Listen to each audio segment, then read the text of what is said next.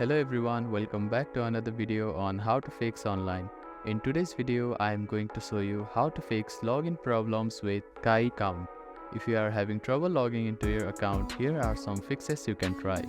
The first thing to do is to check that you have a stable internet connection, either through Wi-Fi or cellular data. Then try logging in again.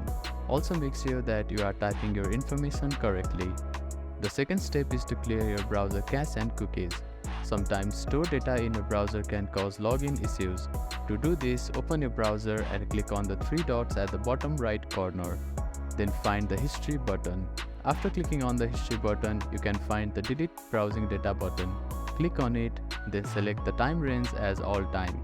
Now click on delete browsing data and confirm it once again. After that, your browser cache and cookies will be cleared. Then simply try logging in again. You can also try updating your browser. Open your App Store or Play Store and search for your browser. Check if there are any updates available for the application. You will see an update button. Tap on it to download the latest version of it. If the issue still persists, try accessing the login page using a different web browser or device. I hope these fixes helped you to get logged into your account. If none of the above steps resolve the issue, reach out to the Kite customer support for assistance. They may be able to provide further troubleshooting steps and help you solve your problem.